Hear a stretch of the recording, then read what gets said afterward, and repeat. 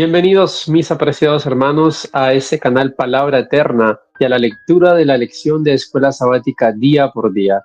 Es un placer para nosotros poder compartir este mensaje con ustedes y terminar este trimestre, sin antes invitarles a que continúen con nosotros porque vendrá un trimestre nuevo, un año nuevo, con muchos mensajes para que podamos fortalecer nuestra vida espiritual y que también podamos compartirlo con todas las personas que ustedes conozcan y que también como nosotros necesiten conocer de Jesús. Vamos a orar para comenzar. Padre Santo que estás en el cielo, gracias te damos, oh Dios, por la oportunidad que nos das de estudiar tu palabra. En este momento nos ponemos en tus manos de amor al iniciar este estudio y esta lectura de la lección de Escuela Sabática. Gracias porque nos has ayudado hasta este momento, porque nos has cuidado durante este trimestre y hemos aprendido mensajes de amor para fortalecer nuestra vida espiritual. En el nombre de Jesús, amén. Sábado 21 de diciembre. Epílogo: Conocer a Jesús y su palabra. Para memorizar. Ustedes escudriñan las Escrituras porque piensan que en ellas tienen la vida eterna. Ellas testifican de mí. Juan 5:39. El Evangelio de Juan, como el de Marcos, termina con un encuentro en Galilea. Esta última lección acerca del Evangelio de Juan se refiere a ese encuentro, pero lo integra con el tema de cómo conocemos a Jesús y la palabra de Dios, un concepto que recorre el cuarto Evangelio. Aunque llevaban más de 3 años con Jesús y Él les había anunciado una y otra vez lo que sucedería, los discípulos seguían sin estar preparados para la crucifixión y la resurrección. Por desgracia, no habían prestado atención a sus palabras. Corremos hoy el mismo peligro: oír o leer la palabra de Dios sin escucharla, sin prestarle atención, sin permanecer en ella, sin obedecerla. Es decir, no aceptarla como la luz que debe guiar nuestros pensamientos y acciones. Desgraciadamente, demasiados cristianos se encuentran en esta situación, tal vez sin darse cuenta. En esta última semana de estudio del Evangelio de Juan, analizaremos algunos de los puntos clave de este documento que pueden ayudarnos a ir más allá del mero conocimiento intelectual acerca de Jesús para, en cambio, conocerlo mejor y permanecer más estrechamente unidos a Él y a su palabra. El encuentro en Galilea representa más que una unión física. Simboliza la restauración, la comisión y la intimidad con Jesús después de su resurrección. Este evento subraya el cumplimiento de sus promesas y la continuidad de su misión, que ahora será llevada adelante por sus seguidores. Es un recordatorio de que Jesús no solo busca nuestra fe, sino también nuestra disposición a participar activamente en su obra. La integración del tema cómo conocemos a Jesús y la palabra de Dios con este encuentro final es profundamente significativa. A lo largo del Evangelio de Juan, el conocimiento de Jesús se presenta como algo más que un entendimiento intelectual. Es una experiencia vivencial y transformadora que surge de una relación íntima con Él. Jesús es presentado como la palabra encarnada, lo que implica que conocerlo a Él es en esencia conocer a Dios mismo y su mensaje redentor. Este tema recorre todo el Evangelio, invitando a los lectores a ir más allá de las apariencias y a experimentar una conexión espiritual que trascienda las barreras humanas. Gracias por haberte quedado hasta el final de este día, que en esta semana podamos estar en un encuentro con nuestro Dios. Bendiciones. Bienvenidos al día domingo 22 de diciembre. Que el Señor nos dé la sabiduría necesaria para entender y comprender su mensaje. Para hoy el título es Encuentro en Galilea. Lee Juan 21, 1 al 19. ¿Qué verdades cruciales se revelan aquí, especialmente acerca de la gracia de Dios y la humildad humana? Después de esto, Jesús se manifestó otra vez a sus discípulos junto al mar de Tiberias, y se manifestó de esta manera. Estaban juntos Simón Pedro, Tomás llamado el Dídimo, Natanael el de Caná de Galilea, los hijos de Zebedeo y otros 2 de sus discípulos. Simón Pedro les dijo: voy a pescar. Ellos le dijeron: vamos nosotros también contigo. Fueron y entraron en una barca, y aquella noche no pescaron nada. Cuando ya iba amaneciendo, se presentó Jesús en la playa, mas los discípulos no sabían que era Jesús, y les dijo: Hijitos, ¿tenéis algo de comer? Le respondieron: No. Él les dijo: Echad la red a la derecha de la barca y hallaréis. Entonces la echaron y ya no la podían sacar por la gran cantidad de peces. Juan 20 termina con el propósito del libro. Sería pues el lugar lógico para concluir, pero hay un capítulo más. El capítulo 21 comienza con el regreso de algunos de los discípulos a Galilea y con la sugerencia de Pedro de pasar una noche en el lago. Parece que han vuelto los viejos tiempos y los discípulos retoman su antiguo oficio, la pesca. Pero esa noche no pescan nada. Por la mañana, un misterioso desconocido les dice desde la orilla que echen la red a la derecha de la barca. Entonces pescan tantos peces que no pueden recoger la red. Aquello fue un eco del comienzo de su ministerio con Jesús. Juan reconoce inmediatamente a Jesús y se lo dice a Pedro, quien enseguida salta al agua y nada hasta la orilla. Jesús hace 3 preguntas a Pedro, todas relacionadas con el amor a su maestro. Antes de la crucifixión, Pedro insistió en que daría su vida por Jesús. Entonces Jesús predijo su triple negación. En este encuentro en Galilea, Pedro no se pone a sí mismo como un punto de referencia, sino a Jesús.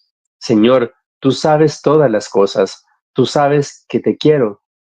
Algunos observan que Jesús utiliza el verbo agapao, que significa amar, al interrogar a Pedro, y que Pedro siempre responde con fileo, que significa amar, pero solo como amigo. Ven implícito en este juego de palabras que Pedro no ha alcanzado el tipo superior de amor. En realidad, la respuesta de Pedro se centra en la humildad. Con el fracaso de Pedro siempre ante él, es más probable que utilice humildemente un término inferior, sin atreverse a reclamar demasiado para sí. Y es esta humildad la que Jesús reconoce y la que resulta crucial para restaurar a Pedro en el ministerio. Sin duda, la humildad es una de las mejores cualidades para el ministerio, porque hace que el centro de atención sea Jesucristo, no uno mismo. La restauración de Pedro y su papel como líder de la iglesia primitiva es una de las pruebas más contundentes de que Jesús resucitó. Sería difícil explicar la prominencia de Pedro si Jesús no lo hubiera restaurado al ministerio en presencia de otros discípulos. ¿Por qué es tan importante la humildad para reconocer al Señor? A la luz de la cruz, ¿de qué podemos sentirnos orgullosos? La referencia de Juan 13, 37 y 38 recuerda el contraste entre la seguridad impulsiva de Pedro antes de la crucifixión y su posterior fragilidad al negar a Jesús. Antes, Pedro proclamó con orgullo que estaba dispuesto a dar su vida por él, pero las circunstancias revelaron la debilidad de su carácter y su temor. Este contexto enriquece el encuentro en Galilea, donde las preguntas de Jesús no solo buscan una respuesta verbal, sino que invitan a Pedro a una introspección profunda y a un compromiso renovado basado en humildad y dependencia. El cambio de enfoque en las respuestas de Pedro es significativo. En lugar de confiar en su propia fuerza o proclamarse valiente, como lo hizo antes de su caída, Pedro se pone completamente en las manos de Jesús. Señor, tú sabes todas las cosas, tú sabes que te quiero. Esta declaración reconoce la omnisciencia de Jesús, quien conoce no solo las palabras, sino también los pensamientos y las intenciones del corazón. Es un acto de humildad y rendición en el que Pedro admite su limitación, pero también reafirma su amor sincero por el Maestro. Gracias, mis apreciados hermanos, porque hemos compartido un mensaje de esperanza. Te invitamos a compartir este día con tus amigos y familiares, todos tus contactos, para que aprendamos siempre de la palabra del Señor. Bendiciones. Lunes 23 de diciembre, mantener los ojos en Jesús. Bienvenidos a la lectura día a día de la lección de Escuela Sabática. Dios te bendiga. Lee Juan 21, 20 al 22. ¿Qué pregunta llevó a Pedro por un camino equivocado? ¿Cómo enderezó Jesús el camino del discípulo? Volviéndose Pedro vio que le seguía el discípulo a quien amaba Jesús, el mismo que en la cena se había recostado al lado de él y le había dicho: Señor, ¿quién es el que te ha de entregar? Cuando Pedro le vio, dijo a Jesús: Señor, ¿y qué de éste? Jesús le dijo: si quiero que él quede hasta que yo venga, ¿qué a ti? Sígueme tú. Jesús acababa de restaurar a Pedro en el ministerio y le dijo: sígueme. Juan 21:19. Probablemente se refirió en principio a una caminata con el maestro por la playa. De hecho, Pedro giró su cabeza, vio que Juan también seguía a Jesús y le preguntó: Señor, ¿y qué de éste? Al restaurar a Pedro en el ministerio, Jesús había predicho la forma en que moriría. Parece que Pedro también sentía curiosidad por la muerte de Juan. Jesús redirige la atención de Pedro hacia la cuestión de seguirlo, sin preocuparse por lo que habría de ocurrir con su condiscípulo. Lee Juan 21:23 al 25. ¿Cómo se malinterpretó la declaración de Jesús? ¿Cómo corrigió el apóstol Juan ese malentendido? Este dicho se extendió entonces entre los hermanos, que aquel discípulo no moriría, pero Jesús no le dijo que no moriría, sino: si quiero que él quede hasta que yo venga, ¿qué ha de ti? Este es el discípulo que da testimonio de estas cosas y escribió estas cosas, y sabemos que su testimonio es verdadero.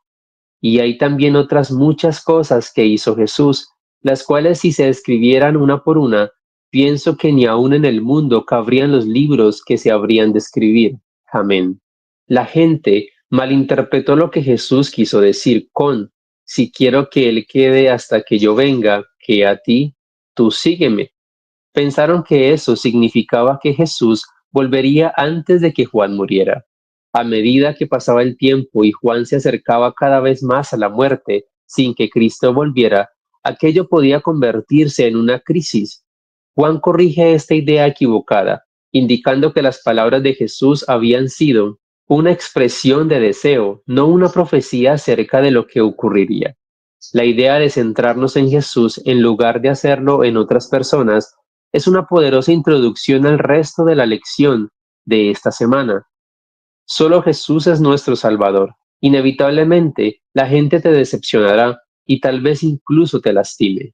Las verdades tratadas de martes a jueves retomarán el tema de la comprensión de la palabra de Dios, con el objetivo de reconocer y seguir a Jesús, quien es el único que debe ser nuestro maestro y guía, independientemente de la ayuda, el consejo y la orientación que otros puedan darnos. ¿Cuántas veces te han decepcionado algunas personas a las que tal vez admirabas? ¿Qué lecciones, por duras que hayan sido, aprendiste de esas experiencias? La frase mantener los ojos en Jesús encapsula una poderosa invitación a centrar nuestra vida, fe y propósito en la persona de Cristo. Este concepto, que tiene su base en pasajes como Hebreos 12:2, puesto los ojos en Jesús, el autor y consumador de la fe, resalta la necesidad de una conexión constante con el guía, fuente de fortaleza y modelo a seguir. Centrar nuestra atención en Jesús implica priorizar su voluntad por encima de las distracciones del mundo. Vivimos en un entorno lleno de preocupaciones, tentaciones y desafíos que pueden desviar nuestra atención hacia lo temporal o lo superficial. Sin embargo, cuando elegimos mirar a Jesús, reconocemos su supremacía como el Salvador, que nos da dirección, esperanza y propósito. Su ejemplo perfecto nos enseña cómo vivir en obediencia, humildad y amor, mientras que su sacrificio nos asegura que somos sostenidos por su gracia, incluso en nuestras debilidades. Mantener los ojos en Jesús también refleja confianza absoluta en su liderazgo, como Pedro caminando sobre las aguas. Mientras miraba a Jesús, pudo superar lo imposible, pero al distraerse con el viento y las olas comenzó a hundirse. Esto ilustra que nuestra fortaleza espiritual depende de dónde dirigimos nuestra mirada.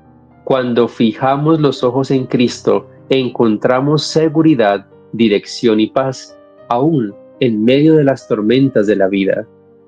Mis apreciados hermanos, que estas promesas queden en nuestro corazón. Dios te bendiga. Bienvenidos al día martes 24 de diciembre. Vamos a compartir la lectura de la lección titulada Luz y Oscuridad. Que el Señor nos dé la sabiduría. Qué gran contraste se presenta en los textos que vamos a leer a continuación y por qué es tan fundamental para comprender la verdad. Juan 1, 4 al 10. En él estaba la vida, y la vida era la luz de los hombres. La luz en las tinieblas resplandece, y las tinieblas no prevalecieron contra ella. Hubo un hombre enviado de Dios, el cual se llamaba Juan. Este vino por testimonio, para que diese testimonio de la luz, a fin de que todos creyesen por él. No era él la luz, sino para que diese testimonio de la luz. Aquella luz verdadera que alumbra a todo hombre venía a este mundo. En el mundo estaba, y el mundo por él fue hecho, pero el mundo no le conoció. Juan 13, 19 al 21. Y esta es la condenación, que la luz vino al mundo, y los hombres amaron más las tinieblas que la luz, porque sus obras eran malas. Porque todo aquel que hace lo malo aborrece la luz y no viene a la luz, para que sus obras no sean reprendidas. Mas el que practica la verdad viene a la luz, para que sea manifiesto que sus obras son hechas en Dios. Juan 5:35. Él era antorcha que ardía y alumbraba, y vosotros quisisteis regocijaros por un tiempo en su luz. Juan 8:12. Otra vez Jesús les habló diciendo: Yo soy la luz del mundo, el que me sigue no andará en tinieblas, sino que tendrá la luz de la vida. Juan 9:5. Entre tanto que estoy en el mundo, luz soy del mundo. Juan 11:9. Respondió Jesús: ¿No tiene el día 12 horas? El que anda de día no tropieza porque ve la luz de este mundo. Juan 11:10. Pero el que anda de noche tropieza porque no hay luz en él. Juan 12:35. Entonces Jesús les dijo: Aún por un poco está la luz entre vosotros. Andad entre tanto que tenéis luz, para que no os sorprendan las tinieblas, porque el que anda en tinieblas no sabe a dónde va. El mundo está en tinieblas, rehúye la luz y no puede, por sí solo, encontrar el camino hacia el Dios verdadero, el Dios personal de la creación, la revelación y la redención. Nunca puede la humanidad por sí misma obtener un conocimiento de lo divino. Es más alta que los cielos. ¿Qué harás? Es más profunda que el Seol. ¿Cómo lo conocerás? Únicamente el espíritu de adopción puede revelarnos las cosas profundas de Dios, las que ojo no vio ni oído oyó, y que jamás entraron en pensamiento humano. Pero a nosotros nos los ha revelado Dios por medio de su espíritu. Elena de Guay, el deseado de todas las gentes, página 387. Solo Jesucristo dio a conocer al Padre. El verbo griego así traducido es exegomai, que significa interpretar, explicar, exponer. Juan presenta a Jesús como el mensajero celestial, el que da a conocer a Dios. Solo a través de Jesús podemos conocer verdaderamente a Dios. Lee Juan 8:42 al 44. ¿Cómo describe Jesús el falso fundamento sobre el que los líderes religiosos de Israel habían basado su fe? Juan 8:42 al 44 nos dice: Jesús entonces les dijo: Si vuestro Padre fuese Dios, ciertamente me amaríais, porque yo de Dios he salido y he venido, pues no he venido de mí mismo, sino que Él me envió. ¿Por qué no entendéis mi lenguaje? ¿Por qué no podéis escuchar mi palabra? Vosotros sois de vuestro padre el diablo, y los deseos de vuestro padre queréis hacer. Él ha sido homicida desde el principio, y no ha permanecido en la verdad, porque no hay verdad en él. Cuando habla mentira, de suyo habla, porque es mentiroso y padre de mentira. Los que no están en la verdad hablan desde sus propios recursos. Ellos ven el significado de un texto solo desde una perspectiva humana. Por el contrario, debemos aceptar que Cristo es la luz del mundo y seguirlo en nuestra interpretación de su palabra. Por el contrario, el diablo habla de lo que él mismo es. Juan 8:44. Si no tenemos cuidado y no nos rendimos en fe y obediencia a Dios, corremos el peligro de hacer lo mismo. Leer el texto basándonos únicamente en nuestros propios deseos, anhelos y perspectivas, un error mucho más factible de lo que creemos. ¿Cómo respondes a las verdades de la palabra de Dios? ¿Las aceptas con la actitud correcta o con desagrado? El mensaje subraya la incapacidad de la humanidad para alcanzar por sus propios medios un conocimiento pleno de lo divino. En su esencia, destaca la grandeza y trascendencia de Dios frente a las limitaciones humanas, recordándonos que nuestro entendimiento está confinado por nuestra naturaleza finita y caída. Este contraste no busca desalentar la búsqueda de Dios, sino enfatizar que el verdadero conocimiento espiritual no proviene de la razón humana ni del esfuerzo propio, sino de una revelación divina mediada por el Espíritu Santo. La frase inicial, nunca puede la humanidad por sí misma obtener un conocimiento de lo divino, señala un principio fundamental de la fe cristiana, nuestra dependencia absoluta de Dios para conocerlo. La cita de Job 11:8, es más alta que los cielos, ¿qué harás? Es más profunda que el Seol, ¿cómo la conocerás? Refuerza la idea de que los caminos y pensamientos de Dios son inalcanzables desde una perspectiva meramente humana. Este recordatorio nos invita a una actitud de humildad, reconociendo que el conocimiento de Dios no es algo que podamos conquistar o desentrañar por nuestra propia inteligencia. Dios te bendiga, mi hermano y mi hermana, por haberte quedado hasta el final de este día, que podamos fructificar estos mensajes en nuestra vida espiritual. Miércoles 25 de diciembre, Teología desde arriba o desde abajo. Dios te bendiga y vamos a iniciar la lectura día a día de la lección de Escuela Sabática. Lee Juan 4:46 al 54. ¿Qué problema llevó al funcionario a Jesús y cuál era la verdadera cuestión subyacente? Vino pues Jesús otra vez a Caná de Galilea, donde había convertido el agua en vino. Y había en Capernaum un oficial del rey, cuyo hijo estaba enfermo.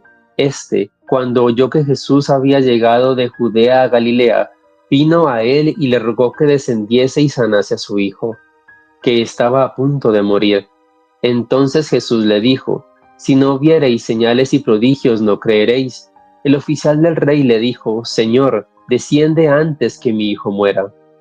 Jesús le dijo, ve, tu hijo vive. Y el hombre creyó la palabra que Jesús le dijo y se fue. Cuando ya él descendía, sus siervos salieron a recibirle y le dieron buenas nuevas, diciendo, tu hijo vive. Entonces él les preguntó a qué hora había comenzado a estar mejor, y le dijeron, ayer a las 7 le dejó la fiebre. El padre entonces entendió que aquella era la hora en que Jesús le había dicho, tu hijo vive, y creyó él con toda su casa. Esta segunda señal hizo Jesús cuando fue de Judea a Galilea. Este hombre vino a Jesús, la luz del mundo, pero había tomado la decisión de creer solamente si Jesús sanaba a su hijo. Podríamos decir que la teología de este hombre era una teología desde abajo. La teología desde abajo establece reglas y normas para Dios y su palabra.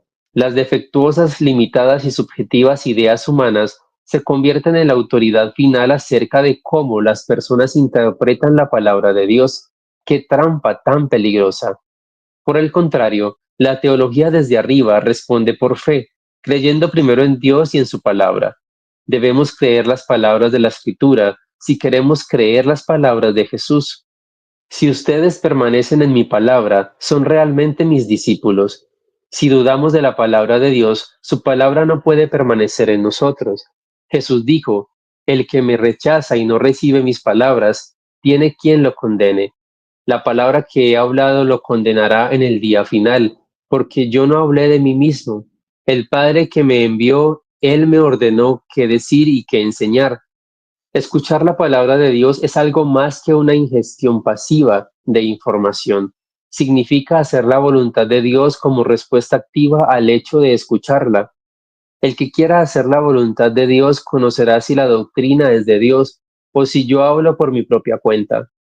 Esta dinámica de oír y poner en práctica la palabra de Dios es una expresión de amor hacia Él. El que me ama guardará mi palabra, y mi Padre lo amará, y vendremos a Él y habitaremos en Él. Juan 14:23.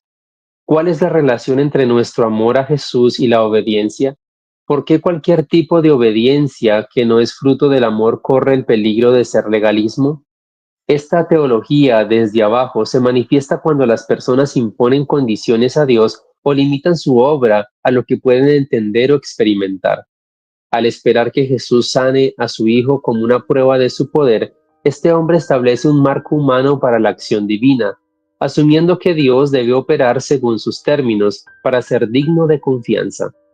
Este enfoque no solo es limitante, sino que subestima la naturaleza infinita y soberana de Dios, colocándolo bajo el juicio y la interpretación del hombre.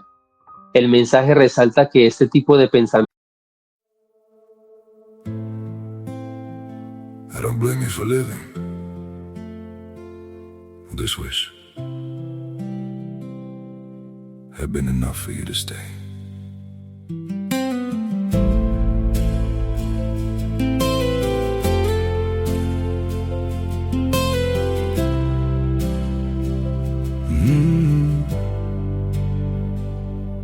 I saw it coming in the way you changed, in the silence between your words.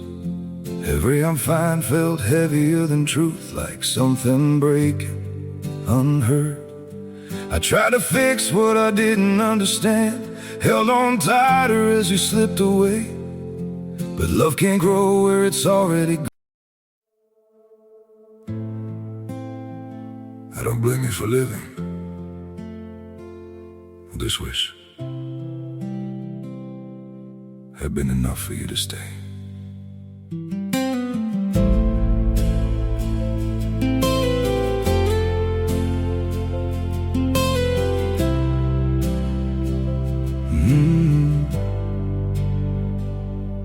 I saw it coming in the way you changed, in the silence between your words.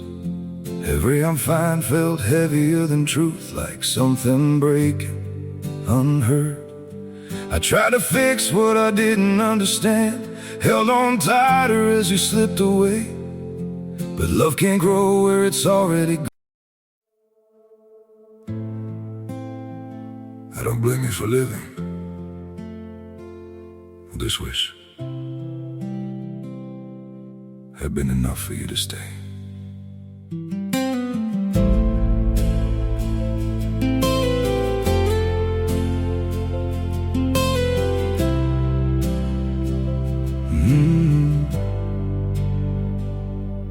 I saw it coming in the way you changed, in the silence between your words.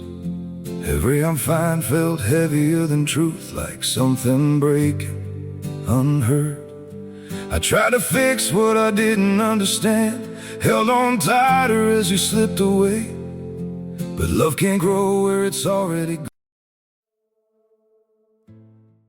Es una trampa peligrosa, porque desplaza la autoridad de Dios y su palabra, poniendo en su lugar las ideas defectuosas y subjetivas del ser humano.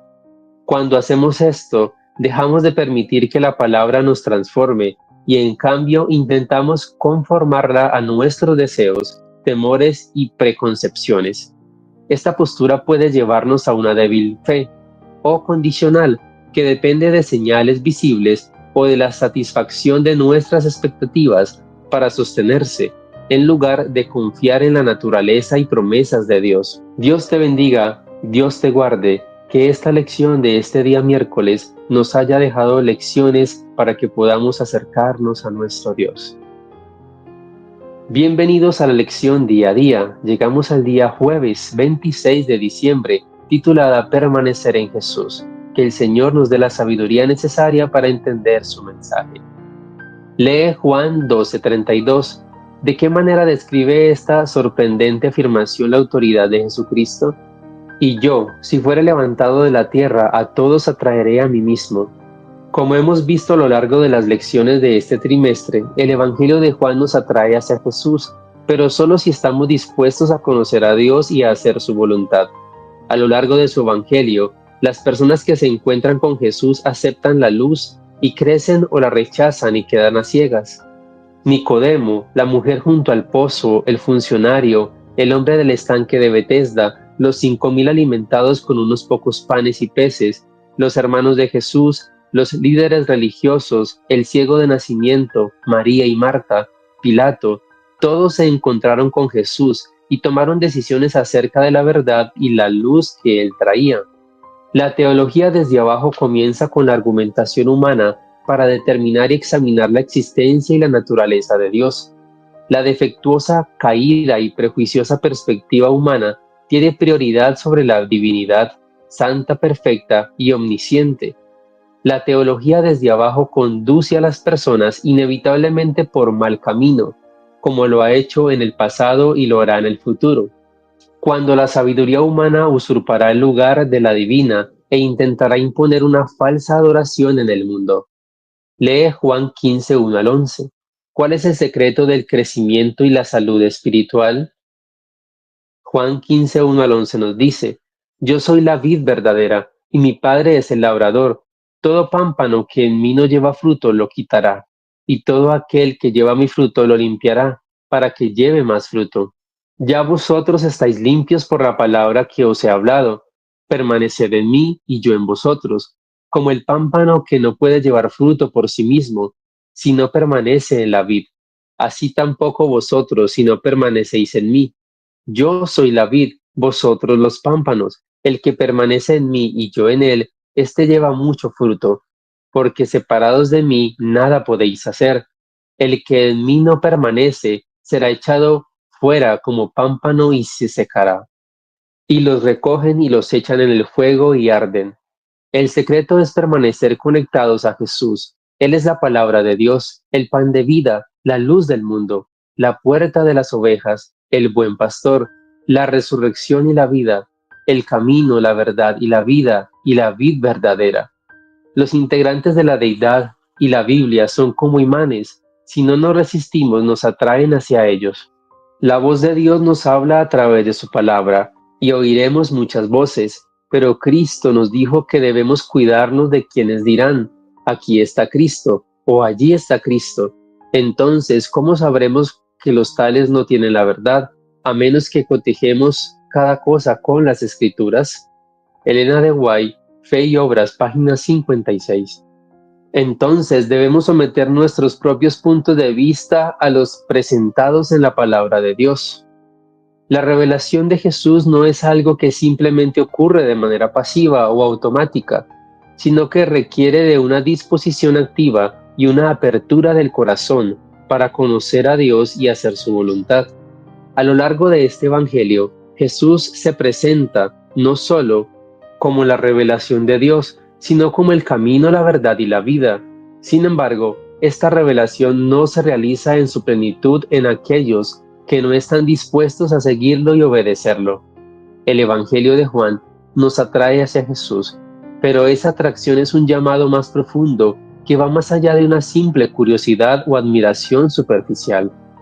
El mensaje nos recuerda que la verdadera comprensión de Jesús, su obra y su enseñanza no es algo que podamos captar solo a través del intelecto o la emoción, sino que requiere un corazón dispuesto a hacer la voluntad de Dios. Este principio se refleja en varias partes del Evangelio, como en Juan 7:17, donde Jesús dice, si alguno quiere hacer la voluntad de Dios, conocerá si la doctrina es de Dios o si yo hablo por mi propia cuenta. Gracias, mis apreciados hermanos, por quedarse hasta el final de este día jueves. Que Dios te bendiga y que Dios te guarde. Viernes 27 de diciembre, para estudiar y meditar.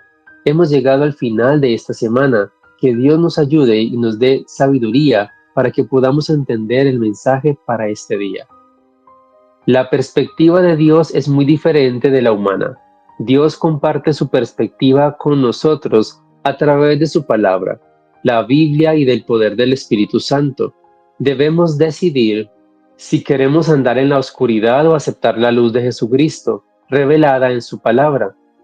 Parte integral de esta elección es nuestra propia entrega personal a Jesucristo, el Hijo de Dios y Redentor de la humanidad. Mediante el poder del Espíritu Santo, Dios Padre nos ha revelado la profundidad de su amor mediante la vida, la muerte y la resurrección de Jesús.